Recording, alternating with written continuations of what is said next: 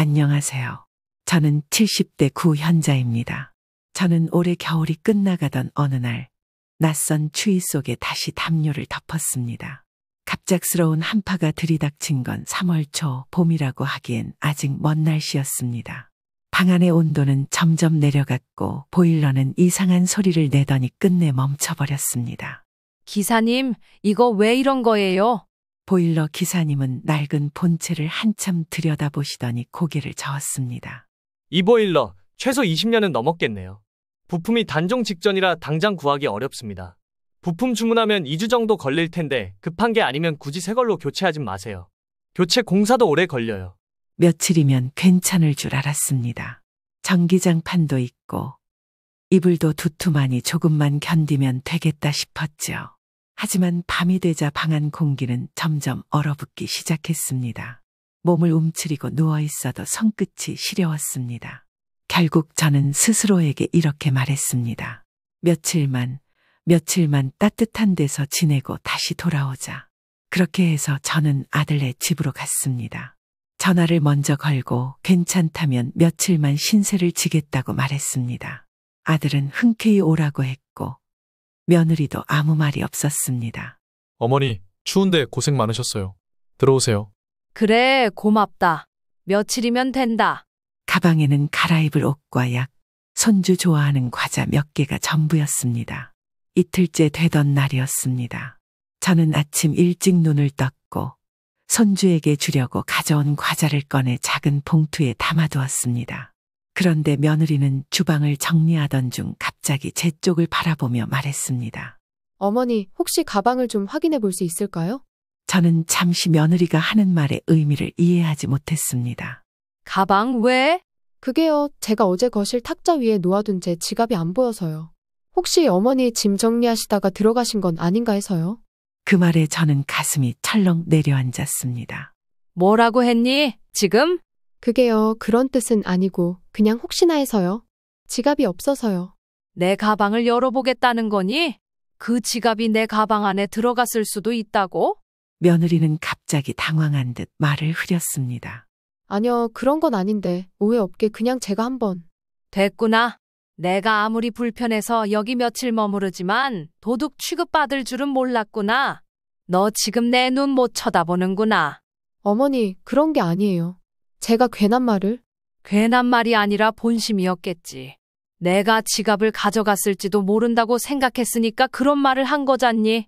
그 말을 듣는 순간 제 지난 삶이 주마등처럼 스쳤습니다. 저는 평범한 주부로 살아왔습니다. 이름 석자를 내세울 만큼 대단한 경력을 가진 것도 아니고 누군가에게 화려한 인생을 들려줄 만큼 특별한 사건이 있었던 것도 아닙니다. 하지만 돌이켜보면 제 삶도 나름대로 의미 있었고 소소한 순간들이 모여 지금의 저를 만들었다는 생각이 듭니다. 저는 농사를 짓는 부모님 아래서 태어났습니다. 서울에서 멀리 떨어진 시골 마을, 봄이면 진달래가 언덕을 물들이고 가을이면 황금빛 뼈 이삭이 고개를 숙이던 그런 곳이었습니다. 어릴 적부터 새벽녘 어머니가 부엌에서 장작불을 지피시는 소리에 잠이 깨곤 했습니다. 아버지는 새벽마다 논으로 나가셨고 저는 학교에 가기 전 물을 깃고 동생들 도시락을 쌌습니다. 누구 집딸이 이렇게 야무지냐며 동네 어른들이 저를 칭찬하던 기억이 납니다. 그 말 한마디가 그렇게 기뻤던지 어린 저는 부엌일도 드릴도 마다하지 않았습니다. 시간이 흘러 결혼을 하고 남편과 함께 작은 실공장을 꾸렸습니다. 하루 종일 윙윙대는 재봉틀 소리 속에서 천을 자르고 박음질하며 하루를 보냈죠. 허리가 뻐근하고 손끝은 늘 실밥에 찔려 굳은 살이 박였지만 이상하게 그 시절이 제일 보람 있었습니다. 남편은 정말 성실한 사람이었습니다. 아침이면 누구보다 먼저 일어나 공장 문을 열고 저녁이면 작업대를 닦으며 제 손을 꼭 잡아주었습니다. 오늘도 고생했어. 당신 덕분에 오늘도 잘 지나갔다. 남편의 그 한마디에 저는 세상의 무게를 덜어내곤 했습니다. 그 사람은 말수가 적었지만 그 침묵 속에 늘 따뜻함이 있었습니다. 시장에 나가면 제가 좋아하던 땅콩강정을 꼭 사다 주고 겨울이면 제 손등이 트지 않게 로션을 조용히 내밀어주던 사람이었습니다. 큰 돈을 벌지는 못했지만 부족한 대로 서로 의지하며 살아왔습니다. 함께 늙어가는 게 복이라면 저는 그 복을 충분히 누리고 살았다고 생각합니다. 이제는 남편도 세상을 떠났고 아이들도 다 자라 제 품을 떠났지만 가끔은 실밥 뭉친 손끝을 바라보며 그때 그 사람, 그 공장, 그 바삐 돌아가던 재봉틀 소리를 떠올립니다. 그 시절이 그립습니다. 그리고 참 고마운 날들이었습니다. 남편이 세상을 떠난 지도 어느덧 10년이 다 되어갑니다. 시간이 그렇게 흘렀다는 게 믿기지 않지만 그 빈자리는 여전히 큽니다. 문득문득 부엌 문을 열고 들어오는 발자국 소리가 들릴 것 같고 밤늦게 TV 소리를 낮춰두고 졸고 있는 그의 모습이 어렴풋이 떠오르곤 합니다. 남편이 떠난 후 저는 아이들과 함께 그 슬픔을 묵묵히 견디며 살아냈습니다. 누구 하나 크게 소리내어 울지도 않았지만 셋 다 마음속 어딘가엔 깊은 울림으로 그리움을 안고 지냈습니다. 혼자 아이 둘을 키우는 일이 쉽지는 않았습니다. 그럼에도 불구하고 저는 늘 마음을 다잡았습니다. 내가 쓰러지면 아이들도 무너진다는 생각에 눈물이 나도 돌아누워 베개에 묻곤 했습니다. 그렇게 버텨낸 시간 속에서 아이들이 차례로 대학에 합격했을 때 저는 처음으로 이제 좀 숨을 돌려도 되겠구나 하는 안도감을 느꼈습니다. 아들의 입학 통지서를 받았을 땐 눈시울이 붉어졌습니다. 방구석에 앉아 밤을 새워가며 문제집을 들여다보던 아이의 뒷모습이 겹쳐졌기 때문입니다. 딸아이도 곧 이어 대학에 붙고 집안의 모처럼 웃음이 돌았습니다. 그날 밤 저는 남편의 영정 사진 앞에 떡과 과일을 올려두고 조용히 속삭였습니다. 당신 우리 애들 잘 컸어요. 이젠 당신이 걱정 안 해도 될 것 같아요. 시간이 흘러 아들이 결혼을 한다고 했을 때 기쁘면서도 한편으로는 서운한 마음이 들었습니다. 아버지 없이 자란 아들이 이제 누군가의 남편이 된다는 사실이 대견하면서도 마음 한켠이 허전했던 것이죠. 결혼식 날 아들의 어깨에 꽃을 꽂아주며 애써 미소를 지었습니다. 잘 살아야 해. 이제 내가 누군가의 가장이야 속으로 되뇌며 남편 대신 제가 보내는 마음이었습니다. 그렇게 결혼식을 마치고 나니 아들과의 사이가 자연스레 멀어졌습니다. 그것이 당연한 일이라는 걸 머리로는 이해하면서도 마음은 그렇지 않았습니다. 예전엔 일주일에 한두 번은 꼭 전화를 걸어 안부를 묻던 아들이 점점 연락이 줄어들고 찾아오는 날도 뜸해졌습니다. 결혼하면 그렇다더니 나도 예외는 아니구나 하며 스스로를 다독이지만 문득문득 조용한 저녁이 찾아올 때면 허전한 마음이 가슴에 얹힌 듯 무겁습니다. 그럴 때면 저는 조용히 남편의 사진 앞에 앉아 말을 겁니다. 당신 없이도 우리 여기까지 왔어요. 하지만 당신이 있었으면 더 따뜻했을 거예요. 그렇게 저는 오늘도 조용히 묵묵히 하루를 살아갑니다. 누구의 엄마이자 아내였던 제 삶이 비록 평범했지만 그 평범함 안에는 사랑과 인내 그리고 깊은 그리움이 담겨 있습니다. 저는 요즘 며느리에게 말을 건넬 때마다 조심스럽습니다. 괜히 말투가 딱딱하게 들릴까봐, 표정이 굳어 보일까봐, 내 말 한마디가 또 오해로 번질까봐 하루하루 숨죽이며 지내고 있습니다. 나름 애쓴다고 생각하지만 가끔 며느리의 무심한 눈빛을 보면 내가 뭘 또 잘못했나 싶어 가슴이 덜컥 내려앉습니다. 그러던 어느 날 겨울이 깊어질수록 이 집도 점점 차가워졌습니다. 겉보기엔 제법 넓고 잘 지은 집이지만 살다 보니 넓기만 할 뿐 휑한 기운이 도는 곳이었습니다. 창밖에 바람이 불어도 그 소리가 집안을 돌아다니는 듯했습니다. 난방을 켜도 따뜻함은 잠깐뿐이었고 밤이 되면 이불 속에서조차 발끝이 시렸습니다. 진짜 추운 건 집이 아니라 내 마음이려나.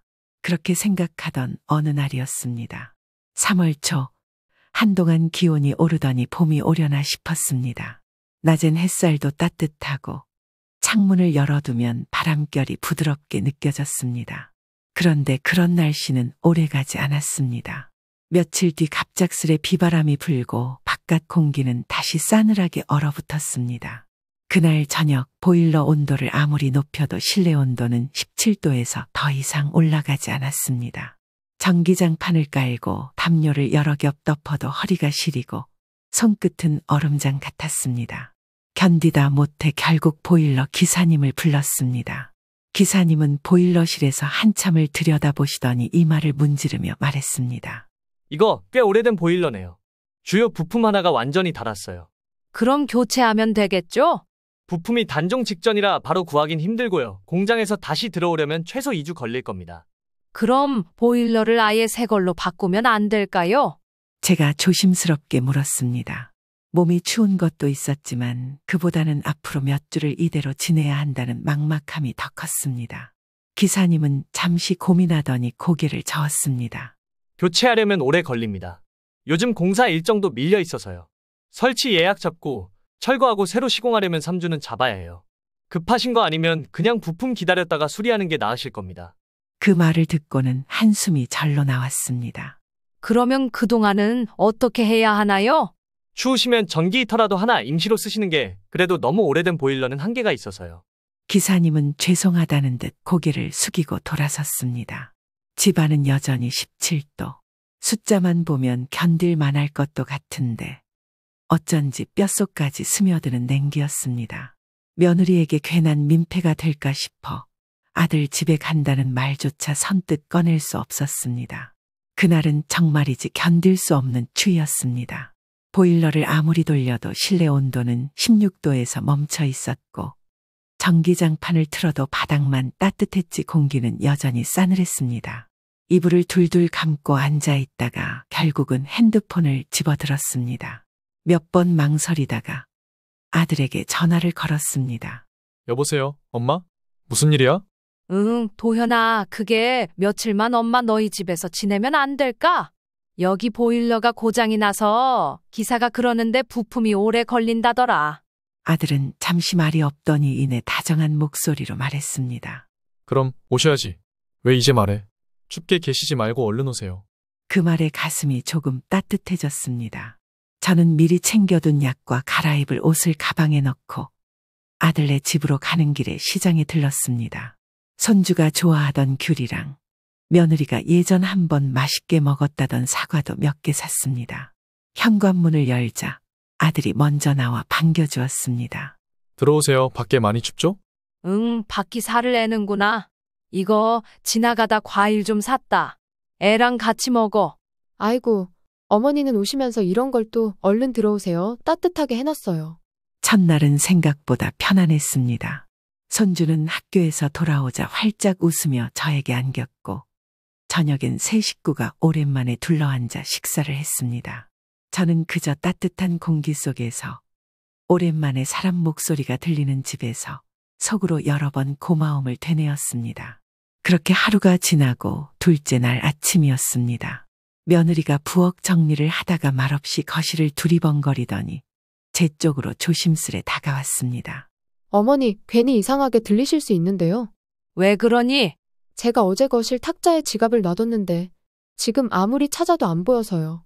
혹시 어머니 짐 정리하시다가 제 지갑이 들어갔을 수도 있을까 해서요. 그 말에 저는 순간 얼어붙었습니다. 가슴이 철렁 내려앉으며 손에 들고 있던 찻잔이 살짝 흔들렸습니다. 그게 무슨 말이냐? 아, 아니에요. 그런 뜻이 아니라 혹시나 해서요. 그냥 오해 없게 제가 어머니 가방을 한 번만 봐도 될까요? 그 말이 떨어지는 순간 제 귀에서는 웅웅 소리가 들리는 것 같았습니다.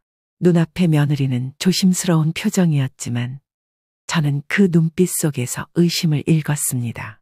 지금 내 가방을 뒤져보겠다는 거니?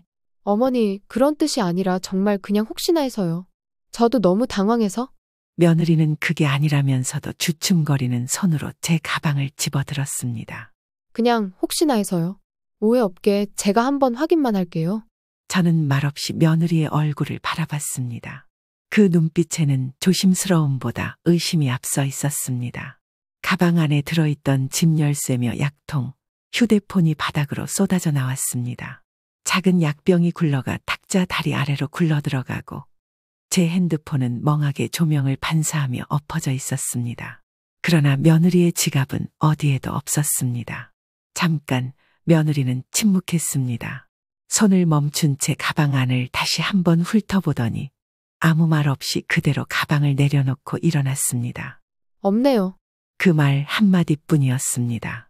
죄송합니다. 제가 잘못했어요. 그 흔한 말 한마디도 없이 며느리는 등을 돌려 자신의 방으로 들어가 버렸습니다. 문이 딸깍 닫히는 소리가 유난히 쓸쓸하게 들렸습니다. 저는 바닥에 흩어진 물건들을 천천히 하나하나 주워 담았습니다. 열쇠를 집으며 손이 약간 떨렸고 핸드폰 화면은 깨지지 않았지만 제 마음은 이미 금이 가 있었습니다. 탁자 아래로 굴러든 약통을 허리를 굽혀 꺼내는 그 짧은 순간조차 제 등에서는 식은땀이 흘렀습니다. 그날 저녁 해가 다 지고 어둠이 내려앉을 무렵 아들이 퇴근하고 집에 들어왔습니다. 문 열리는 소리에 나가보니 아들은 제 얼굴을 보자마자 어색하게 웃으며 다가왔습니다. 엄마, 오늘 무슨 일이 있었던 거야? 아까 애기 엄마한테 얘기 좀 들었는데. 저는 말없이 고개를 숙였습니다. 무슨 말을 해봐야 괜히 또 자식 걱정시키는 일만 될까 싶어 입을 다물었습니다. 그런데 아들은 거실 소파에 앉으며 조심스럽게 말을 이었습니다. 엄마, 유진이가 지갑을 못 찾은 건 맞는데 진짜 의심해서 그런 건 아니래. 그냥 당황해서 그랬다고 미안하다고 하더라고. 엄마도 좀 이해해줘. 요즘 애들이 좀 조심스러운 것도 있고 엄마가 예민하게 받아들이신 것 같기도 하고. 그 말을 듣는 순간 저는 가슴이 덜컥 내려앉는 느낌을 받았습니다. 그 말은 결국 내가 예민하게 군 것이라는 뜻이었습니다. 그동안 얼마나 조심하며 지냈는지, 며느리 말 한마디에도 얼마나 신경을 곤두세웠는지 아들은 전혀 모르고 있었습니다. 그래, 너도 그렇게 생각하니? 아니, 그런 게 아니라 그냥 괜한 오해로 사이 틀어지면 안 되잖아. 며느리도 반성하고 있고 엄마도 마음 좀 푸시고. 됐다. 의심한 것도 아니고 조심스러운 게 있는 애가 시어미 가방을 도둑 취급하듯 탈탈 털어서 확인하고는 방으로 들어가 버리니? 제 목소리는 애써 화를 누르며 말했지만 가슴속에서는 서러움이 솟구쳐 올라왔습니다.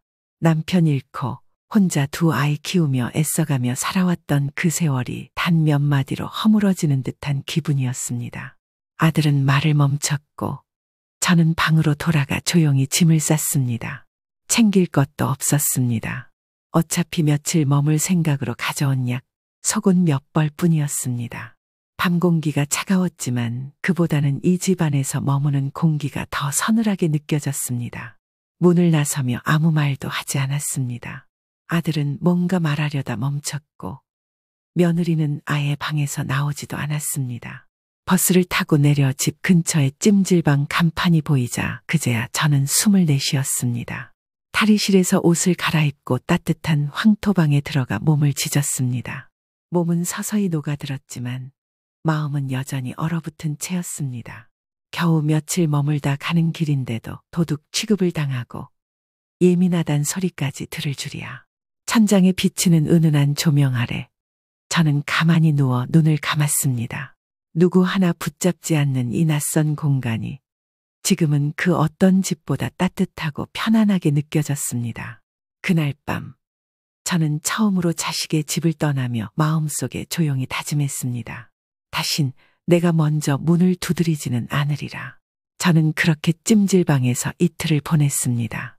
낮에는 황토방에서 졸다가 밤이면 TV 앞에 앉아 멍하니 시간을 흘려보냈습니다.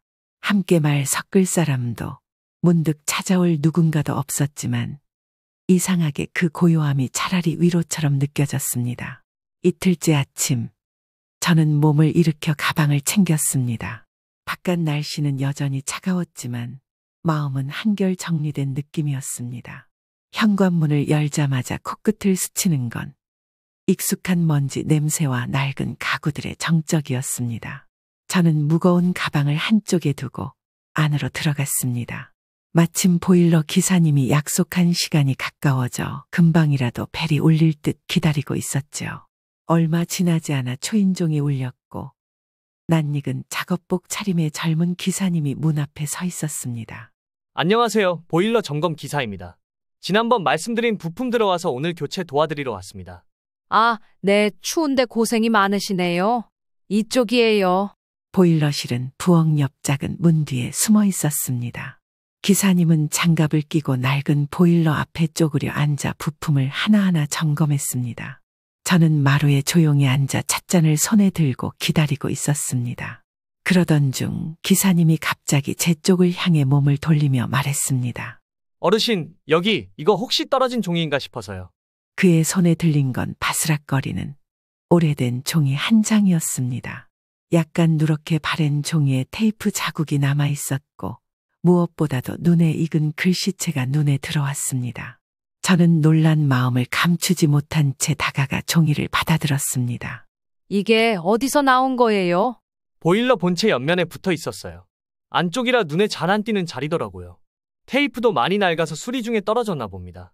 기사님은 조심스럽게 말을 이었고 저는 떨리는 손으로 종이를 펼쳤습니다. 순간 눈이 뿌옇게 흐려졌습니다. 그 글씨체, 그 말투, 남편이었습니다. 말수가 적고 표현은 서툴렀지만 가끔 엉뚱한 장난을 좋아하던 그 사람. 특유의 어색한 농담과 따뜻한 배려가 녹아있는 그런 글씨였습니다. 여보, 당신이 이 편지를 읽는 날이 올까 싶었지만 혹시 몰라 남겨둡니다. 보일러가 이 정도로 낡았을 때쯤이면 나 없이도 참 오래 지낸 셈이겠지.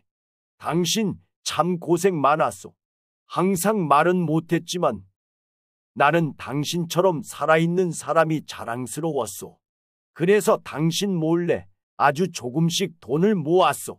그 돈이 지금은 얼마나 되려나. 아마 당신이 나보다 더 잘 굴리겠지. 안방 장롱 맨 아래 서랍을 드러내면 작은 손잡이 하나가 있을 거요. 그 안에 당신 이름으로 된 통장이 있어요. 비밀번호는 당신 생일. 그건 내가 절대 잊을 수 없는 날이니까. 당신, 이젠 당신을 위해 좀 살아줘요. 자식들 다 키워놨고 나도 그리운 당신 곁에 늘 있으니까. 사랑했소. 지금도 여전히 당신 남편이. 저는 그대로 그 자리에 주저앉았습니다. 손끝이 떨리고 눈물이 찻잔처럼 고였습니다. 기사님은 무슨 사연인지를 물어보지도 않고 조용히 뒤돌아 나가 주었습니다. 잠시 후 저는 편지를 꼭 가슴에 안고 안방으로 들어갔습니다. 장롱 아래 서랍을 밀어내자 정말로 남편이 말한 작은 철제 손잡이가 손에 걸렸습니다. 그 속엔 남편이 말한 통장이 있었습니다. 곱게 보자기로 쌓인 채 아끼듯 놓여 있었습니다. 잔액은 보지 않았습니다.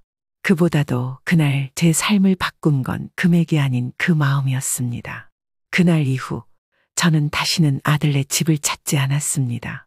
도둑 취급을 당했던 그날 밤 찜질방을 나와 돌아왔을 때 속은 무너졌지만 마음 한켠은 오히려 홀가분했습니다.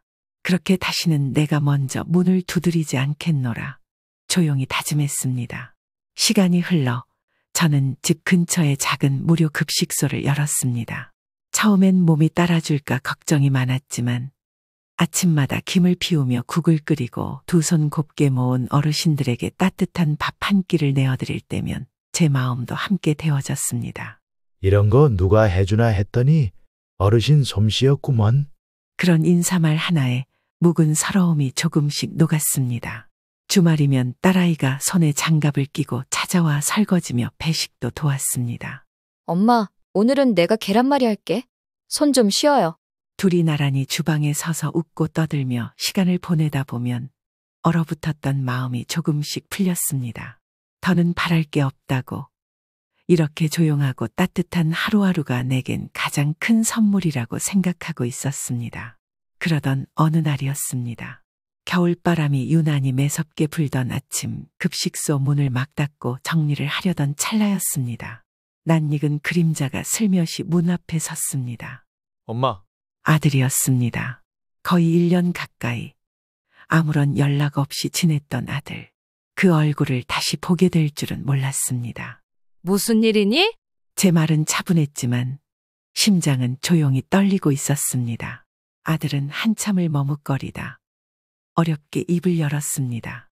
그게 사실 요즘 회사가 많이 힘들어졌어. 대출도 막히고 좀 도와주실 수 있을까 해서. 저는 잠시 말이 없었습니다.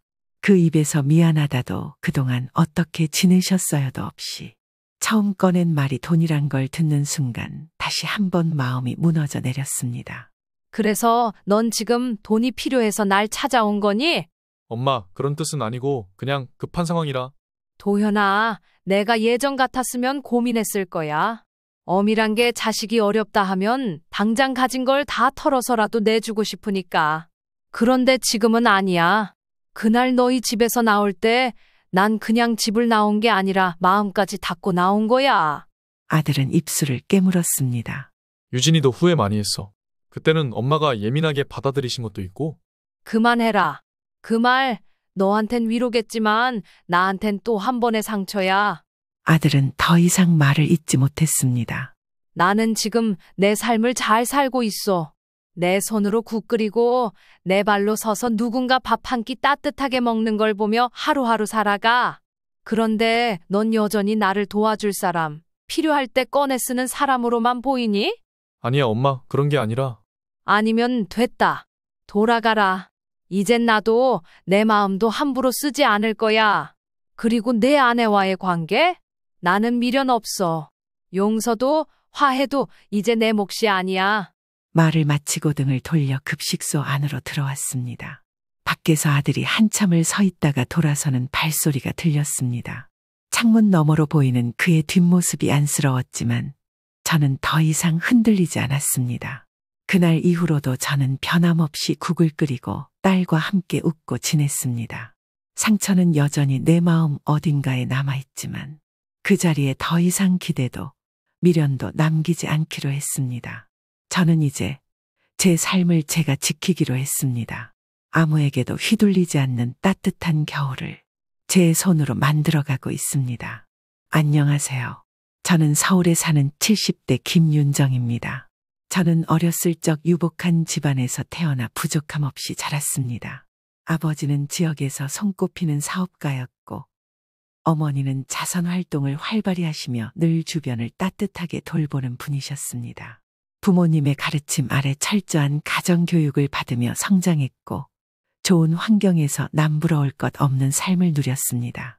결혼 후에도 저는 남편과 함께 안정적인 가정을 꾸렸고 외아들 준혁을 낳아 정성껏 키웠습니다.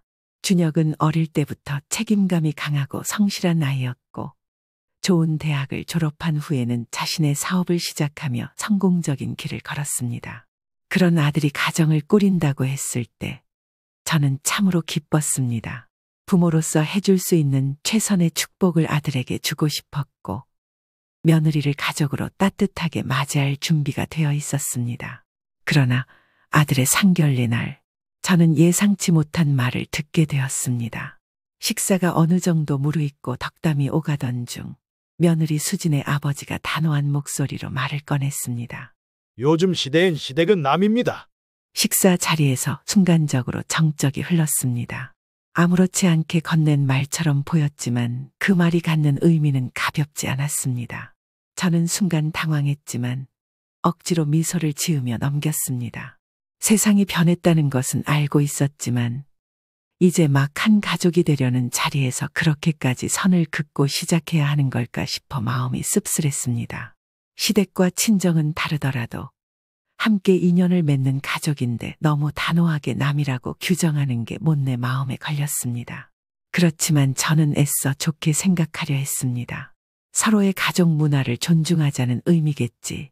시간이 지나면 자연스럽게 가까워질 수도 있을 거야. 그렇게 스스로를 다독이며 분위기를 맞추려 했습니다. 그러나 상견례 자리에서의 그 말은 단순한 개인적인 가치관이 아니라 앞으로 펼쳐질 관계의 시작이었음을 저는 그때는 미처 알지 못했습니다. 그러나 신혼여행을 다녀온 뒤 제 불안은 현실이 되었습니다. 보통이라면 신혼여행을 다녀오고 나서 인사차 한 번쯤 들를 법도 했습니다. 하지만 며느리와 아들은 아무런 연락이 없었습니다. 하루 이틀이 지나고 일주일이 지나도 소식이 없었습니다. 며칠이 지나면 오려나 싶어 기다렸지만 열흘이 지나고도 감감무소식이었습니다. 결국 먼저 연락을 했습니다. 준혁아, 여행은 잘 다녀왔니? 얼굴도 못 봤네. 아, 네, 엄마. 잘 다녀왔어요. 그래, 그럼 언제쯤 한번 오니? 따로 밥이라도 같이 먹자. 곧 한번 들를게요. 뜬금없는 대답이었습니다.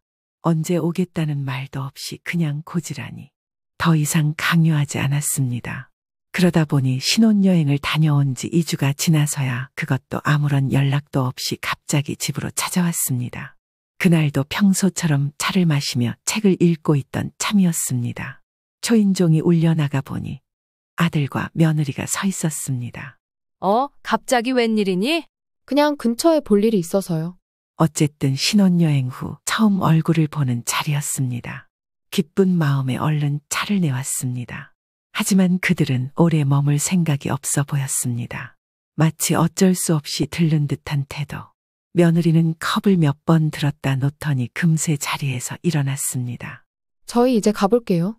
간다는 말에 저는 황급히 입을 열었습니다. 그래도 연락을 좀 하고 오면 좋지 않겠니? 아니면 밖에서 밥이라도 같이 먹자. 그러나 아들이 잠깐 화장실에 간 사이 며느리는 차가운 얼굴로 저를 바라보며 단호하게 말했습니다. 어머니, 저희 딱 이 정도로 관계 유지하면서 사는 게 좋을 것 같아요. 그 순간 머릿속이 하얘졌습니다.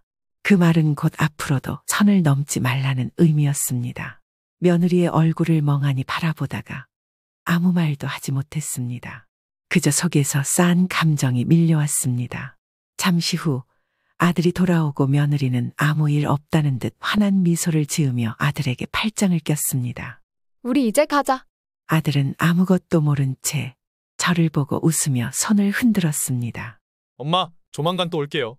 그저 씁쓸한 마음으로 그들의 뒷모습을 바라보았습니다. 그날 이후 더 이상 먼저 연락하지 않았습니다. 며느리가 원하던 대로 그들이 말한 딱 이 정도의 관계로 지내기로 했습니다. 그렇지만 머릿속 한구석에서는 씁쓸한 생각이 떠나지 않았습니다. 결혼할 때 신혼집을 마련해 준 것도, 차를 뽑아준 것도, 결혼 준비로 이것저것 사준 것도 모두 우리 부부였습니다. 심지어 결혼식 당일 며느리가 들고 있던 명품 가방까지도 제가 직접 골라 선물한 것이었습니다. 그렇게 괘씸한 마음이 들다가도 저는 애써 마음을 다잡았습니다. 어느 날 남편과 함께 저녁을 먹으며 조용히 이야기를 꺼냈습니다. 여보, 이제 그 일은 그냥 잊자. 우리가 더 이상 신경 쓰지 않으면 되는 거잖아. 남편은 한숨을 쉬며 젓가락을 내려놓았습니다. 나도 그렇긴 한데 생각하면 좀 얄미워.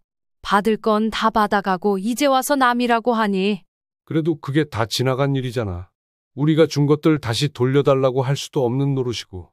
남편은 씁쓸한 표정을 지으며 고개를 끄덕였습니다. 그래, 그냥 잊고 살자. 우리가 괜히 마음 쓰는 것만 손해지. 그렇게 말했지만 속이 완전히 편해지는 건 아니었습니다. 하지만 저는 스스로에게 되뇌었습니다. 이제는 더 이상 바라지 말자고, 원했던 대로 거리를 두고 살면 된다고 생각했습니다. 아들은 사업으로 전국을 돌아다니느라 바빴습니다. 어버이날에도 마찬가지였습니다. 바쁜 와중에도 아들은 짧게나마 전화를 걸어왔습니다. 엄마, 어버이날인데 직접 못 찾아뵈어서 죄송해요. 다음에 시간 되면 볼게요. 그래, 바쁜데 그런 건 신경 쓰지 말고 일 잘해. 늘 같은 대화였습니다. 아들은 바빴고 저는 이해하는 쪽이었습니다. 하지만 아들의 전화가 끊긴 뒤 한동안 울리지 않는 휴대전화를 보며 알 수 없는 허전함이 밀려왔습니다. 며느리에게서의 전화는 기대조차 하지 않았습니다. 그녀에게서 연락이 올 리 없었습니다. 시댁은 남이라던 사람이 어버이날이라고 전화를 할 리가 없었고 실제로도 그랬습니다. 생각해보면 며느리는 저와 남편 생일이 언제인지도 모를 것입니다. 아들도 가끔은 깜빡하고 넘어갈 때가 있었는데 하물며 며느리는 관심조차 없을 터였습니다. 제게도 생일 축하 전화를 한 번 걸지 않았던 사람이었습니다. 명절도 마찬가지였습니다. 아들이 시간이 나면 오는 것이고 바쁘면 오지 못하는 것이 당연했습니다. 처음엔 그래도 혹시나 하는 마음으로 기다렸지만 시간이 흐르면서 점점 기대를 내려놓았습니다. 못 오게 되면 어쩌나 하는 마음이 아니라 올까? 라는 생각조차 하지 않게 되었습니다. 그렇게 몇 년이 흘렀습니다. 아들도 며느리도 없는 자식처럼 살아온 시간이었습니다. 기대도 서운함도 더 이상 남지 않은 삶을 살고 있던 어느 날 뜻밖의 일이 벌어졌습니다. 늦은 오후 초인종이 울렸습니다. 누구세요? 현관문을 열자 그곳에는 며느리가 서 있었습니다. 몇 년 만에 보는 얼굴이었습니다. 여전히 깔끔하게 차려입었지만 어딘가 초조하고 불안해 보였습니다. 며느리는 문이 열리자마자 망설임 없이 집 안으로 들어섰습니다. 며칠을 뜬 눈으로 지새운 듯 얼굴은 창백했고 눈가에는 피곤이 가득 배어 있었습니다. 마주 앉기도 전에 그녀의 눈에서 눈물이 후두둑 떨어졌습니다. 어머니, 저 좀 도와주세요. 저는 아무 말 없이 그녀를 바라보았습니다. 아버지 사업이 완전히 망했어요. 투자했던 돈도 다 날아가고 집도 차도 전부 경매로 넘어갔어요. 지금 당장 갈 곳이 없어요. 친정도 이제 남은 게 없어요. 어머니, 제발 한 번만 도와주세요. 며느리는 흐느끼며 눈물을 닦지도 못한 채 두 손을 모으고 저를 바라보았습니다. 몇 년 만에 보는 얼굴이었습니다. 어버이날도, 명절도, 제 생일도 단 한 번의 연락조차 없던 며느리였습니다. 시댁은 남이라면서. 제 입에서는 무심한 말이 흘러나왔습니다. 며느리는 움찔하며 고개를 들었습니다. 그건 제가 철이 없어서 너무 어리석었어요. 제가 잘못했어요. 어머니, 정말 죄송합니다. 눈물 범벅이 된 얼굴로 며느리는 거듭 고개를 숙였습니다. 제발 단 한 번만 도와주세요. 지금은 어디 의지할 곳이 없어요. 어머니밖에 없어요. 그녀의 손이 제 앞에서 덜덜 떨렸습니다. 하지만 저는 며느리를 향해 조용히 단호하게 말했습니다. 남인데 내가 왜 도와줘야 하지? 며느리는 눈물 범벅이 된 얼굴로 두 손을 모으고 간절한 목소리로 애원했습니다. 어머니, 서로 어렵고 힘들 때 돕고 사는 게 가족 아니겠습니까? 제가 잘못했습니다. 정말 철없이 굴었습니다. 하지만 지금은 너무 절박한 상황입니다. 제발 한 번만 도와주십시오. 저희 가족, 친정이 지금 당장 갈 곳이 없습니다. 그녀의 목소리는 떨리고 있었고 눈물은 멈추지 않았습니다. 하지만 저는 차가운 눈길로 그녀를 바라볼 뿐이었습니다. 저는 조용히 한숨을 내쉬며 그녀를 바라보았습니다. 가족. 내가 지금 가족이라는 말을 입에 올릴 자격이 있다고 생각하는 거니? 그녀의 얼굴이 굳었습니다. 하지만 간절함이 묻어나는 목소리로 다시 읊조렸습니다. 어머니, 제가 잘못했습니다. 그땐 너무 어렸고 철이 없어서 그런 말을 했던 것입니다. 이제 와서야 제가 얼마나 큰 실수를 했는지 깨달았습니다. 제발. 저는 조용히 미소를 지으며 하지만 단호한 어조로 말을 이었습니다. 기억나니? 상견례 날 내 친정아버지가 했던 말. 어찌나 단호하게 선을 그으시던지. 그리고 너도 신혼여행을 다녀온 뒤에 내게 말했지. 딱 이 정도로 관계 유지하면서 사는 게 좋을 것 같다고. 그때 너는 얼마나 당당하던지. 앞으로 나와 무슨 관계든 최소한의 선을 지키면서 살겠다는 듯이 말했지. 저는 천천히 며느리 앞에 다가가 차갑게 말을 이었습니다. 그런데 이제 와서 왜 말을 바꾸는 거니? 내가 그토록 강조했던 남한테 와서 도와달라고 하는 것이 말이 된다고 생각하니? 며느리는 입술을 깨물며 아무 말도 하지 못했습니다. 내가 도와줄 거라고 생각했니? 나는 그럴 생각 없다. 내가 선택했던 삶이고 내가 그토록 권했던 남으로 끝까지 살아주마. 어머니, 제발 한 번만요. 저는 더 이상 들을 필요가 없다는 듯 문을 열었습니다. 며느리는 마지막으로 울며 매달렸지만 저는 단호하게 고개를 저었습니다. 우리는 이미 내가 원하는 대로 살고 있어. 이제 너도 내가 만든 대로 살아가세요. 저는 문을 닫았습니다. 밖에서 흐느끼는 소리가 들려왔지만 저는 더 이상 마음이 흔들리지 않았습니다. 남편은 저녁 내내 고민하는 표정이었습니다. 한숨을 쉬며 조용히 입을 열었습니다. 여보, 그래도 사람이 힘들 때 너무 매정하게 내치는 건 좀 그렇지 않나? 당신까지 그런 말을 할 줄은 몰랐어요. 나도 속상하지 않은 건 아니야. 근데 어쨌든 지금 처가 쪽이 완전히 무너졌고 당장 갈 곳도 없다잖아. 그냥 눈 딱 감고 도와주는 게 어떻겠어? 당신도 들었잖아요. 상견례 때부터 시댁은 남이라더니 신혼여행 다녀와서는 이 정도 거리 유지하며 살자고 못 박았던 애야. 명절에도 얼굴 보기 힘들었고 내 생일이 언제인지도 모를걸? 그렇게 철저히 남처럼 살던 사람이 이제 와서 가족이니까 도와달라고 하면 그게 말이 돼요? 남편은 아무 말 없이 저를 바라보았습니다. 저는 한숨을 쉬며 말을 이었습니다. 당신이라면 누군가가 평생 당신을 남 취급하다가 자기 힘들다고 찾아와서 도와달라고 하면 선뜻 도와줄 수 있어? 나는 내 답을 정했어. 절대 안 도와줄 거야. 당신 말이 맞아. 근데 그래도 조금은 마음이 쓰이긴 한다. 그래도 나는 안 그래. 난 이제 남 신경 안 써. 저는 단호하게 말을 맺었습니다. 더 이상 할 이야기도 고민할 이유도 없었습니다.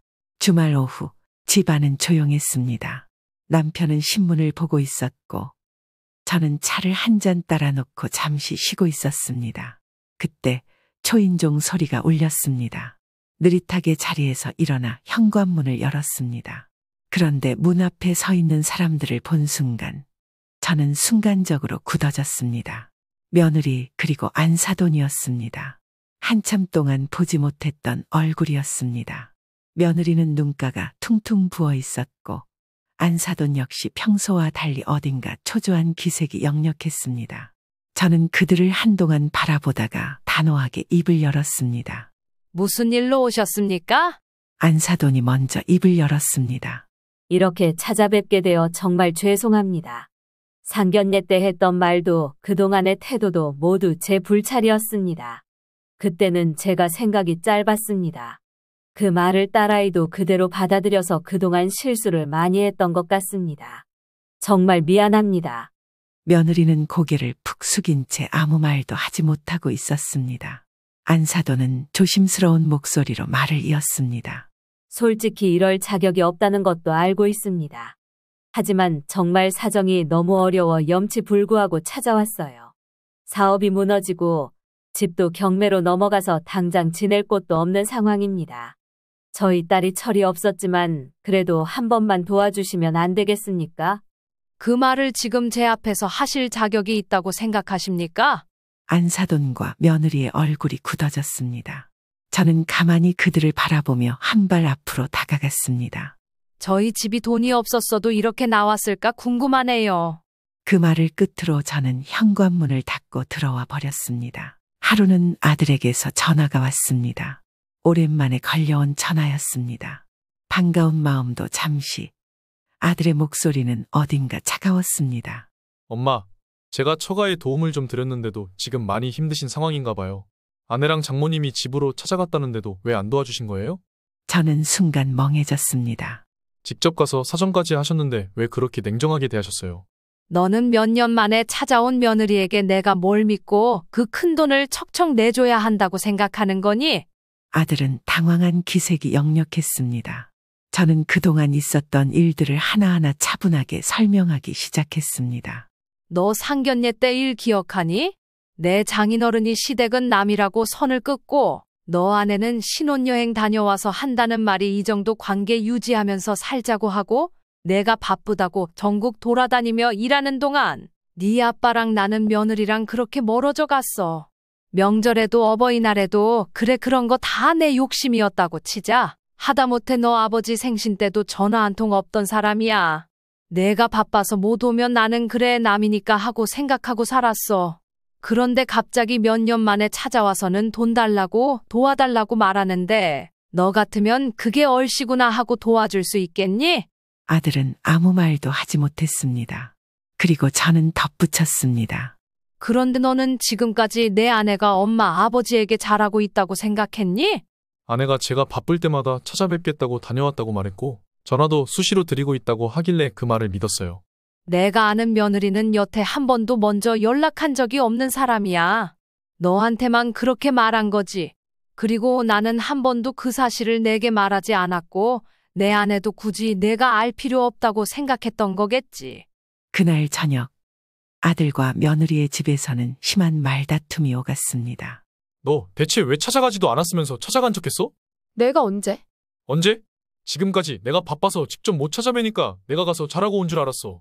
전화도 드리고 명절에도 찾아뵙고 다 했다고 말했잖아. 안 그래도 바쁜데 시댁까지 챙겨야 하면 힘드니까. 힘들어? 그러면서 시댁 간다고 하면 내가 준 돈은 다 어디 갔는데? 매번 시댁 들른다고 해서 용돈 보태라고 돈 줬잖아. 그 돈은 대체 어디로 간 거야? 그건 그건 뭐? 너 설마 처가에 다 보낸 거야? 어쩔 수 없었어. 우리 집이 힘들어지기 시작했을 때부터. 야, 그러면 적어도 나한테 말을 했어야지. 내가 그동안 바보처럼 너 말만 믿고 우리 부모님이랑 연락 3번 할 거 1번 하면서도 내가 다 대신하고 있는 줄 알았다고. 지금 안 그래도 머리 아파 죽겠는데 당신까지 이래야겠어? 일단 우리 집 좀 정리되면 다시 얘기하자. 나는 더 이상 너랑 할 얘기 없어. 아들은 분노에 가득 찬 얼굴로 문을 세게 닫고 나갔습니다. 며느리는 그제야 눈물을 흘리며 주저앉았습니다. 그날 이후 아들과 며느리 사이에는 깊은 균열이 생겼습니다. 며느리는 결국 자신의 이름으로 대출을 받아 작은 원룸을 얻었습니다. 하루아침에 모든 것을 잃은 친정 식구들이 급하게 짐을 챙겨 나오면서 머물 수 있는 공간이 필요했기 때문입니다. 안사돈과 바깥사돈은 작은 돈이라도 벌어보겠다고 각각 흩어져 일자리를 찾아 나섰습니다. 친정의 몰락 앞에서 더 이상 예전처럼 살 수는 없었습니다. 며느리는 그동안 지냈던 신혼집에서 나와 자신의 여동생과 함께 원룸에서 생활하기 시작하며 별거에 들어갔습니다. 아들은 사업으로 바쁜 나날을 보내고 있었지만 이번 일로 많은 걸 되돌아보게 되었습니다. 그는 그동안 앞만 보고 달려왔습니다. 오직 사업이 중요했고 가족과의 관계는 크게 신경 쓰지 않았습니다. 하지만 이제는 모든 걸 잠시 내려놓아야겠다고 결심했습니다. 급한 일들만 마무리한 뒤 그는 회사와의 거래를 잠시 중단하고 휴식기를 가지기로 했습니다.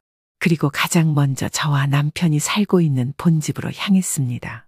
저를 마주한 순간 그는 그동안의 모든 후회와 죄책감이 밀려왔습니다. 정말 죄송해요. 저는 가만히 아들을 바라보았습니다. 저는 그동안 결혼한 가장으로서 아버지처럼 일만 잘하면 됐다고 생각했어요.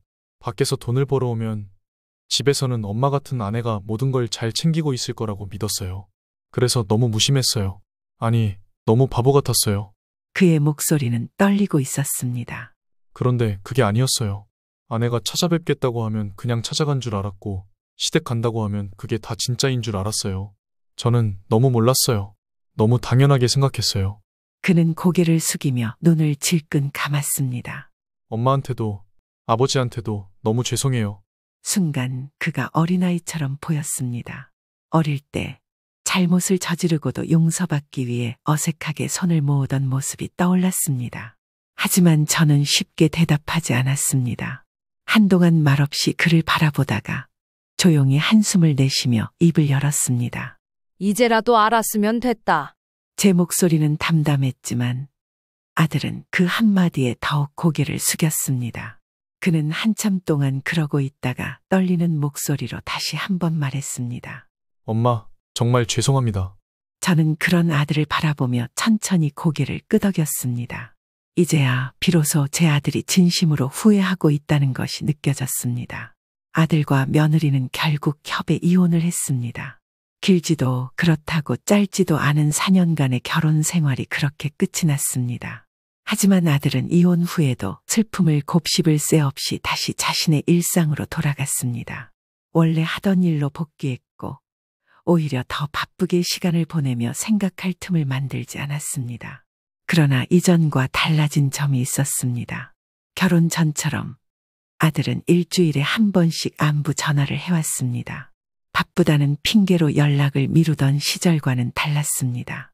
지방 출장을 가면 특산물을 챙겨 보내는 것도 잊지 않았습니다. 어제도 전화가 왔습니다. 엄마, 안동에서 고등어를 좀 보냈어요. 주말에 갈 테니까 같이 먹어요. 목소리는 평온했습니다. 한동안 이런 평범한 대화를 나눌 수 없었던 날들이 떠올랐습니다. 어렴풋이 들려오는 소식으로는 며느리도 이혼 후 결혼하면서 그만뒀던 일을 다시 시작했다고 했고, 친정 식구들은 여전히 뿔뿔이 흩어져 각자의 자리에서 일을 하고 있다고 했습니다. 며느리는 아내로서의 자리도 시댁과의 인연도 끊겼습니다. 그동안 당연했던 많은 것들이 사라졌습니다. 며느리는 결혼을 준비할 때까지만 해도 그녀는 결혼 생활이 그렇게 어렵지 않을 거라고 생각했습니다. 상견례의 자리에서 아버지가 요즘은 시댁이 남이라고 했을 때도 크게 개의치 않았습니다. 친정에서는 어릴 때부터 그렇게 배워왔습니다. 시댁과 친해지려 애쓸 필요 없고 적당한 거리만 유지하면 된다고. 결혼하고 나면 남편이 중요하지 시댁은 신경 쓰지 않아도 된다고. 그리고 실제로 그렇게 행동했습니다. 신혼여행에서 돌아오고 나서도 따로 연락하지 않았고 명절에도 얼굴만 비추고 돌아갔습니다. 어버이날도 생신도 한 번도 직접 챙기지 않았습니다. 그렇게 몇 년이 지나고 보니 시댁과는 정말 아무런 관계도 남아있지 않았습니다. 그때는 자신이 무엇을 잃고 있는지도 몰랐습니다. 오히려 더 자유로웠습니다. 부담스러운 관계에서 벗어난 것 같았고 내 가정에만 집중할 수 있는 것 같았습니다. 하지만 지금은 정작 가장 절실하게 의지하고 싶은 순간 기댈 곳이 없었습니다. 친정 식구들은 뿔뿔이 흩어졌습니다. 며느리는 과거에 자신이 너무나도 후회스러웠습니다. 하지만 모든 후회는 너무 늦게 찾아왔습니다. 그 순간 그녀는 깨달았습니다. 이것은 벌이었습니다. 자신이 원했던 대로 남처럼 살았던 대가를 치르는 순간이었습니다. 본인이 만든 결말이었습니다. 그리고 그제야 인정할 수밖에 없었습니다. 저는 가끔 생각해 봅니다. 그때 상견례 자리에서 시댁은 남이라는 말을 듣지 않았더라면 어땠을까요? 처음부터 며느리가 그렇게 철저히 선을 긋지 않았다면, 최소한의 정이라도 나누려 했더라면 결말이 이렇게까지 되지는 않았을지도 모릅니다. 며느리의 태도만이라도 조금 달랐다면 어쩌면 제가 그녀의 가족들이 뿔뿔이 흩어지는 것만큼은 막아줄 수 있었을지도 모릅니다. 그때 조금만 다르게 행동했다면 어쩌면 지금도 가족이라는 이름으로 함께 남아있을 수도 있었을 텐데요. 하지만 모든 것은 이미 지나가 버렸습니다. 이제 저는 아들이 보내온 고등어를 기다리며 주말이 되면 다시 얼굴을 볼 수 있다는 사실만으로도 마음을 다독이며 살아가기로 했습니다. 안녕하세요. 저는 70대 김경희입니다. 저는 20대 시절 사랑에 빠졌던 남편과의 결혼은 행복한 시작을 알렸지만 끝내 이혼이라는 결말을 맞았습니다. 남편은 떠나갔고 저는 그 후로 혼자서 살아가는 법을 배워야 했습니다. 저는 두 아이를 키우면서 항상 남들보다 더 열심히 일했습니다. 아침 일찍부터 저녁 늦게까지 일터를 오가며 하루하루를 보내면서 그동안 모은 돈으로 아들을 키웠고 아이들이 자라서 이제는 다 성인이 되었지만 제 삶은 여전히 바쁘고 치열했습니다. 저는 두 아이가 각자 자신의 위치에서 열심히 살아가는 모습을 보면 마음이 뿌듯하고 또 한편으로는 아쉬운 감정이 들곤 합니다. 아들은 몇 년 전 교직에 들어가서 중학교 선생님으로 일을 하고 있고 딸은 농업 관련 연구 일을 하며 자리를 잡았습니다. 아이들이 자신만의 길을 찾고 살고 있다는 사실에 자랑스러우면서도 어쩌면 조금은 외롭기도 했습니다. 그러던 어느 날 아들이 자신의 누나에게 전화를 했습니다. 누나, 나 주말에 맞선 있는데 옷 코디를 부탁할 수 있을까? 내 스타일이 좀 모자라네. 아들이 이렇게 말하는 걸 보니 조금은 웃음이 나왔습니다. 늘 자신만의 세계에 빠져 살던 아들이 이제는 이렇게 누나에게 도움을 청할 만큼 사랑에 대한 관심을 갖게 된 것이었죠. 저는 아들이 그런 말을 할 때마다 어린 시절의 그 천진난만한 모습이 떠오르곤 했습니다. 그때는 그렇게 큰일이라고 생각하지 않았지만 이제 아들이 성인이 되어 그런 일들을 겪는 걸 보니 마음이 뭉클해졌습니다. 딸은 다소 놀란 목소리로 웃음을 터뜨렸습니다. 맞선을 본다고? 바쁜데 특별히 내가 도와줄게. 그렇게 딸은 어떤 스타일이 잘 어울릴지 몇 가지 의상을 추천해 주기로 했습니다. 아들은 누나의 도움을 받기로 한 후 맞선 당일날 딸이 옷을 몇 가지 골라줬습니다. 저는 그 모습을 보며 어른이 되어가는구나 싶었습니다. 아들이 누나와 함께 선택한 그 옷을 입고 그날 저녁 약속 장소로 향한 모습은 또 다른 자신감을 갖게 된 듯 보였습니다. 그렇게 아들은 몇 주간 그 선생님과 연락을 주고받으며 점차 가까워졌고 결국 서로의 마음이 통하게 되었습니다. 한 달 정도가 지났을까요? 아들이 집에 돌아왔을 때 저와 딸은 다 함께 저녁을 준비하고 있었는데 아들이 밝게 웃으며 말했습니다. 엄마, 누나, 저번에 맞선 본 사람이랑 연애하기로 했어요. 그 말을 들은 순간 저는 너무 기뻤습니다. 아들과 딸은 서로를 바라보며 박수를 쳤고 그 순간의 행복은 마치 시간이 멈춘 듯 소중하게 느껴졌습니다. 대단하다, 아들. 정말 잘했어. 이게 다 누나 덕분이지. 아들은 웃으면서 고개를 끄덕였습니다.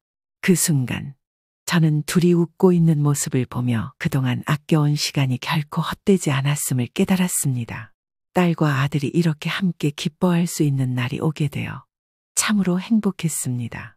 서로가 돕고 서로를 응원하며 앞으로도 함께 나아가는 모습을 상상하니 저도 덩달아 뿌듯한 마음을 느꼈습니다. 아들의 결혼 이야기가 오가던 그때 저는 마음속으로 여러 가지 생각이 떠올랐습니다. 아들의 결혼은 물론 기쁜 일임에 틀림없었지만 그보다 더 중요한 건 그가 행복하게 살아갈 수 있도록 돕는 것이었습니다. 그리고 그 행복을 위해 제가 할 수 있는 일은 무엇일까 고민하던 끝에 결심하게 되었습니다. 아들에게 신혼집을 선물해 주기로 한 것입니다. 그동안 저는 밤낮 없이 일하며 그 덕분에 모은 돈이 어느 정도 있었고 그 돈에 노후 자금까지 조금씩 보태어 서울의 한 흰자 부근에 있는 아파트를 매매하게 되었습니다. 그 아파트는 아들의 새 출발을 위한 최고의 선물이었고 그것이 제가 할 수 있는 가장 큰 사랑의 표현이었기에 한 푼 한 푼 모은 돈이 아깝지 않았습니다. 엄마 정말 감사합니다. 제가 꼭 효도할게요. 효도는 무슨, 내가 잘 살기만 하면 된다. 그리고 결혼식이 끝나고 아들 부부는 신혼여행을 떠났습니다. 며칠 후 그들이 돌아오자 저는 그들을 집으로 초대해 맛있는 음식을 준비했습니다. 제가 준비한 정성 가득한 한 상의 아들과 며느리는 고마움을 표현하며 행복해 보였습니다. 엄마 정말 맛있어요. 고맙습니다. 아들은 그렇게 말하며 웃었습니다. 며느리도 그 옆에서 조용히 고개를 끄덕였습니다. 하지만 그때부터였습니다. 결혼식 날 생글생글 웃으며 모든 것이 완벽해 보였던 며느리가 일주일 사이에 완전히 다른 사람처럼 변해버렸습니다. 결혼식을 준비하며 그런 변화를 예고할 만한 징조는 없었습니다. 그저 즐거워 보였고 서로 사랑하는 모습이 눈에 띄게 보였죠. 그런데 그 주말이 지나고 며느리는 마치 불만이 있는 듯한 모습을 보였습니다. 저는 며느리에게 다가가서 물었습니다. 혹시 뭐 힘든 일 있니? 제 물음에 며느리는 잠시 침묵하다가 마치 긴 숨을 내쉬듯 대답했습니다. 그냥 결혼 후에 조금씩 마음이 복잡해지는 것 같아요. 아무래도 새로운 환경과 책임이 많아져서 그런 것 같아요. 그렇게 말하며 며느리는 웃었지만 그 미소 뒤에는 예전처럼 생기 넘치는 표정은 없었습니다. 결혼 후 한 주일 만에 새로운 역할과 환경에 대한 부담감이 그녀에게 얼마나 큰지 그 얼굴에서 여실히 느낄 수 있었습니다. 며느리가 어느 순간부터 일상에서 더욱 내성적이고 침울해지는 것을 느낄 수 있었고 그것이 저는 걱정스럽게 다가왔습니다. 가족 모임이 있어서 식당에서 만난 날 며느리는 여전히 제게 거리감을 두고 있었습니다. 그러더니 자연스럽게 제 옆자리에 앉은 며느리가 이러는 것이었습니다. 어머니는 그래도 이제는 편하게 사시겠어요. 집도 넓고 혼자서 쓰시기엔 좋으시겠어요. 말은 웃으며 했지만 어딘가 모르게 빈정거리는 느낌이 들었습니다. 제가 대답하려는데 며느리가 아들에게 가볍게 웃으며 속삭이는 것이 들렸습니다. 우리도 저렇게 넓은 집 살면 좋겠다. 옆에서 듣고 있던 딸의 눈썹이 꿈틀거렸습니다. 평소에도 며느리의 태도를 못마땅하게 여기던 딸은 바로 받아쳤습니다. 옳게. 엄마가 해준 집도 국민평수의 서울 아니면 딱 괜찮은 거 아니야? 오히려 공무원이 무슨 돈으로 서울에 집이 있겠어? 딸의 목소리에는 가시가 잔뜩 서려 있었다. 며느리는 순간 말문이 막혔는지 미묘한 표정을 지었습니다.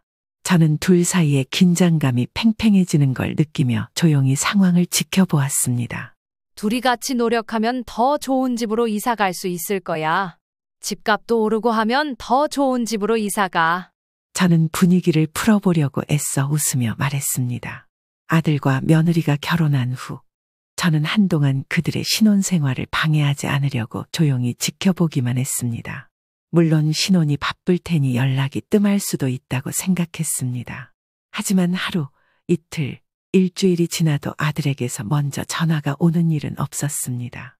그래도 혹시나 싶어 몇 번 전화를 걸었지만 신호만 길게 울릴 뿐 아무도 받지 않았습니다. 걱정이 돼서 다시 걸어도 마찬가지였습니다. 혹시 아들에게 무슨 일이 있는 건 아닌가 싶어 마음이 불안해졌습니다. 그렇게 몇 주가 흐른 어느 날 우연히 마트에서 장을 보다가 아들의 친한 친구를 만나게 되었습니다. 이런저런 이야기가 오고 가던 중 저는 처음 듣는 이야기에 놀랐습니다. 어머니, 요즘 성현이 와이프랑 잘 지내죠? 성현이 와이프가 결혼하자마자 직장 그만뒀다는 말 듣고 친구들끼리 다들 놀랐어요. 그만뒀다니? 무슨 말이니? 저는 놀라서 되물었습니다. 아니, 모르셨어요? 결혼하자마자 바로 그만뒀어요. 원래 계획한 줄 알았어요. 그리고 성현이도 퇴근 후에 요즘 배달 일도 한다고 들었는데 엄청 힘들어 보이더라고요. 그 말을 듣는 순간 머릿속이 하얘졌습니다. 성현이가 퇴근 후 배달 일을 한다고. 그제야 이상하게 연락이 닿지 않던 이유를 알 것 같았습니다. 저는 분명 아들에게 신혼집을 마련해주면서 부담을 덜어주고 싶었는데 도대체 왜 이렇게까지 힘들게 살고 있는 걸까 궁금하면서도 걱정이 되었습니다. 그날 저녁 아들에게서 오랜만에 전화가 왔습니다. 엄마, 저 이번에 진급했어요. 아내가 주말에 집으로 초대한다고 하니 같이 밥 한번 먹어요. 주말이 되어 딸과 함께 아들의 신혼집을 찾았습니다. 초인종을 눌렀을 때 며느리는 한참을 기다린 후 문을 열었습니다. 어머니 오셨어요? 들어오세요. 성현이는 어디 갔니? 집에 같이 있어야 할 아들이 보이지 않아 물었습니다. 성현 씨는 학교 축제 준비로 잠깐 출근했어요. 집으로 들어서자 보인 집안 풍경은 충격적이었습니다. 집안 곳곳에는 먼지가 쌓여 있었고 주방에는 설거지하지 않은 그릇들이 그대로 쌓여 있었습니다. 거실 바닥에는 옷가지와 각종 물건들이 널브러져 있어 신혼집이라고는 도저히 믿을 수 없는 상태였습니다. 이게 뭐야? 딸이 황당한 얼굴로 속삭였습니다. 그리고 더 경악할 일이 있었습니다. 기대 반, 설렘 반으로 식탁을 봤지만 거기 놓인 것은 배달 음식이 담긴 플라스틱 용기들이 그대로 펼쳐져 있는 상태였습니다. 짜장면, 탕수육, 치킨, 떡볶이 그릇에 옮겨 담지도 않은 채 용기째로 나란히 늘어져 있었습니다. 그리고 며느리가 자연스럽게 꺼내든 것은 플라스틱 숟가락과 나무젓가락이었습니다. 어머니 앉으세요. 형님도 편하게 드세요. 그 말을 듣는 순간 제 안에 쌓여있던 감정들이 한꺼번에 터질 것 같았습니다. 뭐 아들 진급했다고 초대해놓고 이게 식사 대접이야. 요즘 바빠서요. 그래도 배달 음식이 맛있잖아요. 저희는 이렇게 간편하게 먹는 게 더 좋아요. 며느리는 아무렇지도 않다는 듯 말했습니다. 저는 그 순간 며느리가 대체 어떤 생각으로 사는 사람인지 도무지 이해할 수 없었습니다. 아들이 회사 끝나고 저녁마다 배달까지 한다면서? 그런데 넌 퇴사하고 집에서 이렇게 지낸다고? 저는 최대한 감정을 억누르며 물었습니다. 그러자 며느리는 오히려 시큰둥한 표정을 지으며 말했습니다. 그거요? 이제 쉬면서 살고 싶어서요. 그리고 어차피 집도 어머니가 사주셨으니까 당장 돈 걱정할 건 없잖아요? 그 말을 듣자 딸이 참지 못하고 벌떡 일어섰습니다. 옳게. 지금 그 말이 무슨 뜻이야? 엄마가 편하게 놀고 먹으라고 신혼집 사준 줄 알아? 성현이는 퇴근 후에도 배달까지 하는데 옳게는 뭐 하면서 지내는데? 형님 너무 감정적으로 말하지 마요. 나중에 우리도 더 좋은 집으로 이사 가야 하니까 성현 씨가 더 벌어야죠. 그제야 모든 게 이해되었습니다. 며느리는 아들이 더 좋은 집으로 이사 가기를 원했고 그래서 배달까지 하도록 내버려 둔 것이었습니다. 내가 이러려고 그 집을 사준 줄 알아? 저는 치밀어 오르는 분노를 참지 못했습니다. 그날 저녁 저는 집으로 돌아와 곰곰이 생각했습니다. 며느리의 태도가 계속 마음에 걸렸습니다. 신혼집을 마련해 주었는데 아들은 퇴근 후 배달까지 하며 고생하고 며느리는 집에서 아무것도 하지 않은 채 더 좋은 집으로 이사 가자고 닥달하고 있었습니다. 하지만 며느리도 나름의 사정이 있을지도 모른다는 생각이 들어 하루는 며느리와 단둘이 이야기해 보고 싶어 신혼집을 찾아갔습니다. 초인종을 누르기 전 혹시 집에 있는지 확인하려 문 앞에서 귀를 기울였습니다. 그런데 안에서 들려오는 소리에 걸음을 멈췄습니다. 진짜 짜증나. 꼴랑 집 하나 해줘놓고 내가 일 그만뒀다고 뭐라 하네. 순간 가슴이 철렁 내려앉았습니다. 지 아들 고생 좀 시켰다고 뭐라 하고 말이야. 누가 뭐 시켰나. 내가 편하게 살겠다는데 그게 그렇게 못마땅한가 봐. 숨을 죽이고 가만히 듣고 있었습니다. 며느리는 전화기 너머로 웃으며 말을 이어갔습니다. 하긴 지 아들 돈 내가 다 뺏어 쓰는 줄 알면 아마 거품 물고 쓰러지겠지? 아니 어차피 내가 관리하는 거지. 남편이 돈 쓸 일이 뭐가 있겠어? 내 손에 들어오면 내 돈이지. 안 그래? 며느리는 크게 웃으며 말을 이어갔습니다. 그냥 시어머니가 돈 좀 더 주면 편할 텐데 뭐 그 정도로 끝낼 수는 없잖아. 이왕이면 최대한 뽑아 먹어야지. 그 순간 손에 들고 있던 과일 봉지가 땅에 떨어졌습니다. 그동안 애지중지 키운 아들이 이렇게까지 이용당하고 있었다는 사실이 머리를 강타했습니다. 도대체 얼마나 더 속고 살아야 했단 말입니까? 손이 떨려 문 앞에서 한참을 서 있었습니다. 초인종을 누를까 했지만 차라리 아무 말 없이 돌아가는 것이 나을 것 같았습니다. 그날 곧장 부동산으로 향했습니다. 이 집을 사준 건 아들이 결혼 생활을 안정적으로 시작하길 바라는 마음에서였습니다. 하지만 아들은 점점 지쳐가고 있었고 며느리는 편히 살 궁리만 하고 있었습니다. 그래서 저는 부동산에 집을 내놓았습니다. 아들이 처음엔 당황했지만 저는 단호하게 말했습니다. 이제 내 돈으로 사준 집에서 더 이상 놀고 먹지는 못할 거다. 그리고 저는 집을 팔고 제 돈을 지키기로 했습니다. 며느리는 불같이 화를 냈지만 저는 개의치 않았습니다. 어머니, 이건 너무하시잖아요. 너무해? 내가 진짜 이 집을 가질 자격이 있다고 생각해? 그 순간 며느리는 아무 말도 하지 못했습니다. 그리고 저는 아들에게도 말했습니다. 너도 정신 차려 이놈아. 어디 불효시 같은 걸 집에 끌고 들어와서 아침 저녁으로 그 개고생을 하면서 전현한테 갖다 바치니? 그리고 저는 그제야 속이 후련해졌습니다. 이제 저는 아들까지 힘들게 만드는 그런 며느리를 위해 헌신할 이유는 없었습니다. 제가 부동산에 집을 팔겠다고 선언한 날, 아들은 멍한 상태로 집을 나섰습니다. 머릿속이 복잡했습니다. 제가 집 명의를 제 이름으로 해두었다는 사실도 충격이었지만 며느리가 그동안 해왔던 행동들이 하나둘씩 떠오르며 이상한 기분을 느꼈습니다. 아내가 돈 관리를 한다고 해서 맡겨두었고 늘 돈이 부족하다고 했다.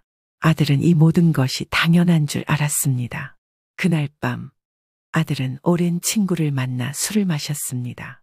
친구는 오랜만에 보는 아들의 얼굴이 초췌한 것을 보고 눈살을 찌푸렸습니다. 야, 너 요즘 얼굴이 왜 그래? 뭐 큰일 났냐? 아들은 한숨을 쉬며 소주잔을 기울였습니다. 엄마가 집을 팔겠대. 뭐? 내가 사는 집을? 그게 사실은 엄마 명의였대. 나는 당연히 내 이름으로 해주신 줄 알았는데 계약서도 한 번 안 읽어봤어. 야, 너 진짜 멍청한 거 아니야? 친구가 황당하다는 듯 한숨을 쉬었습니다. 아들은 고개를 푹 숙였습니다. 나도 솔직히 엄마가 너무하는 거 아닌가 싶었는데 곰곰이 생각해보니까 엄마가 틀린 말은 아닌 것 같아. 너도 이제야 정신이 드냐? 난 내가 내 와이프한테 완전히 휘둘리는 거 보고도 말 안 하려고 했는데 이제는 더 이상 못 참겠다. 아들은 의아한 표정을 지으며 친구를 쳐다보았습니다. 친구는 씁쓸한 표정을 지으며 잔을 내려놓았습니다. 얼마 전에 백화점에서 내 와이프 봤어. 너도 알잖아. 내가 괜히 남의 일에 끼어들고 그런 거 안 좋아하는 거. 그래서? 난 내가 행복한 줄 알았어. 그래서 그냥 모른 척했지. 근데 이제는 아니다 싶더라. 아들은 친구의 말에 불안해지기 시작했습니다. 도대체 뭘 본 건데? 친구는 잠시 뜸을 들이다가 한마디 툭 던졌습니다. 내 와이프 백화점 VIP 라운지에서 명품 쇼핑하더라. 가방 몇 개 사면서 가격도 안 보고 그냥 카드 긁던데? 난 내가 알아서 잘 챙기는 줄 알았어. 그런데 오늘 보니까 내가 완전 피말라가고 있네. 그래서 이제라도 말해주는 거야. 아들은 눈앞이 아득해졌습니다. 그 돈 내가 번 돈이었겠지? 그거야 뭐. 내가 퇴근하고 오면 바로 배달하러 나가는 동안 내 와이프는 쇼핑하고 다닌 거겠지. 아들의 손이 떨렸습니다. 야, 너 정신 차려. 너 지금 꼬리 9개 달린 구미호한테 잡아먹히게 생겼어. 친구는 한숨을 쉬며 아들을 똑바로 바라보았습니다. 아무리 사랑이라도 현실을 봐야 할 거 아냐. 내가 이렇게까지 힘들어하고 어머니가 직접 나서서 집을 팔겠다고 하는데도 아직도 모르겠냐? 솔직히 말해서 내 와이프가 널 사랑해서 결혼한 것 같냐? 그 순간 아들은 아무 말도 할 수 없었습니다. 그동안 묻어두고 있던 모든 의문이 한꺼번에 떠올랐습니다. 아들의 손이 떨렸습니다. 나 진짜 멍청했구나. 친구는 가볍게 한숨을 쉬며 아들의 어깨를 툭 쳤습니다. 이제라도 알았으면 됐다. 지금부터라도 정신 차리고 내 인생을 찾아와. 아들은 고개를 끄덕였습니다. 술자리에서 친구에게 충격적인 이야기를 들은 후 아들은 밤새 뒤척였습니다. 한 번도 깊이 생각해 본 적 없는 것들이 머릿속에서 얽혀 돌아갔습니다. 잠을 한숨도 이루지 못한 채 아들은 다음 날 아침 며느리에게 말을 꺼냈습니다. 우리 대화 좀 하자. 며느리는 소파에 앉아 휴대폰을 보며 한껏 여유로운 모습이었습니다. 응? 무슨 대화? 우리 결혼 생활에 대해서 말이야. 아내는 고개를 돌려 아들을 바라보았지만 그 표정에는 짜증이 묻어 있었습니다. 그래서 무슨 얘기인데? 아들은 가만히 그녀를 바라보았습니다. 어제까지는 보이지 않던 것들이 이제야 보이기 시작했습니다. 솔직히 말해봐. 우리 생활비 다 어디로 나가고 있어? 갑자기 그걸 왜 물어봐? 그냥 궁금해서. 내가 관리하잖아. 나는 매달 월급 받고 그거 다 너한테 넘기고 있어.